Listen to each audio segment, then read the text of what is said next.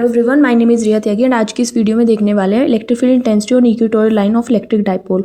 तो इसमें क्या होगा, हमारा इलेक्ट्रिक डाइपोल होगा एंड उसके ऊपर हमें इक्वेटोरियल लाइन बनानी है और उस पर एक पॉइंट लेकर फील्ड इंटेंसिटी निकालनी है। तो हमने क्या किया है, डाइपोल क्या होता है, सबसे पहले हमारे पास दो इक्वल एंड ऑपोजिट चार्जेस होते हैं, उनको दोनों चार्जेस को एक डिस्टेंस पर सेपरेट करके रखते हैं। ठीक है, तो -q +q दो चार्जेस हैं, इनको 2a डिस्टेंस से सेपरेट कर रखा है। तो ये जो डाइपोल है इसका O जो है सेंटर पॉइंट है।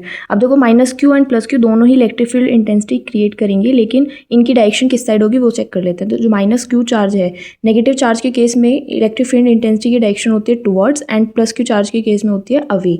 तो इसलिए इनकी डायरेक्शन को शो करने के लिए -q के लिए PC से शो कर रखा है एंड +q के लिए जो डायरेक्शन होगी वो PD होगी।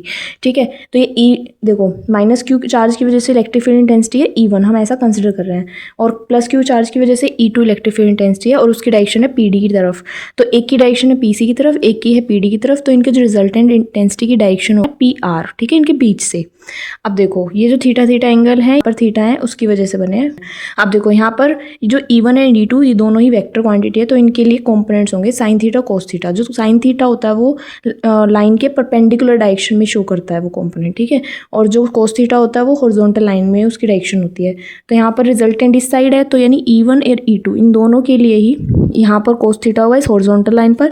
अब साइन थीटा कहाँ होगा, क्योंकि अवे जाता है पॉजिटिव के केस में, तो इसलिए ये ऊपर की डायरेक्शन में E2 साइन थीटा है और नीचे की डायरेक्शन में क्योंकि -q है तो इसके लिए नीचे की तरफ होगा तो E1 साइन थीटा। ठीक है, डेरिवेशन देख लेते हैं। तो सबसे पहले -q एंड +q इनके लिए जो इलेक्ट्रिक फील्ड बन रही थी, एक को हमने E1 माना था, एक को E2 माना था। तो जो इलेक्ट्रिक फील्ड का फॉर्मूला होता है 1/4πε0 q/r²।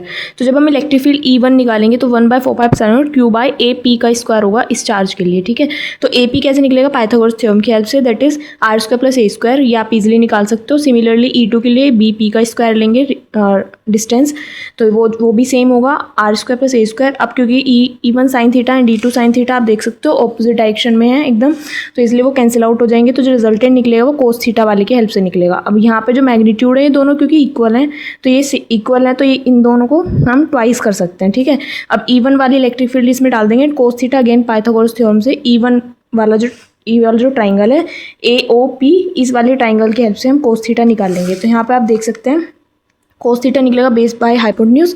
तो यहाँ पे इसमें पुट करेंगे तो ये आ जाएगा, फिर इसमें वैल्यू पुट करी है, इनको सॉल्व करा है। यहाँ पे देखो r² + a² √r² + a²। ठीक है, इनकी पावर्स ऐड हो जाएंगी, 3/2 हो जाएगा। अब हम देख रहे हैं कि अगर ये बहुत ज़्यादा छोटा हुआ तो ये नेग्लिजिबल हो जाएगा, तो यानी कि पावर ए जो है कट जाएगा, यानी 0 वैल्यू जाएगी। तो r² की पावर 3/2, 2 से 2 कैंसिल हो जाएगा, r की पावर 3 हो जाएगा, यानी E is inversely proportional to 1/r⁴। That's it, thank you.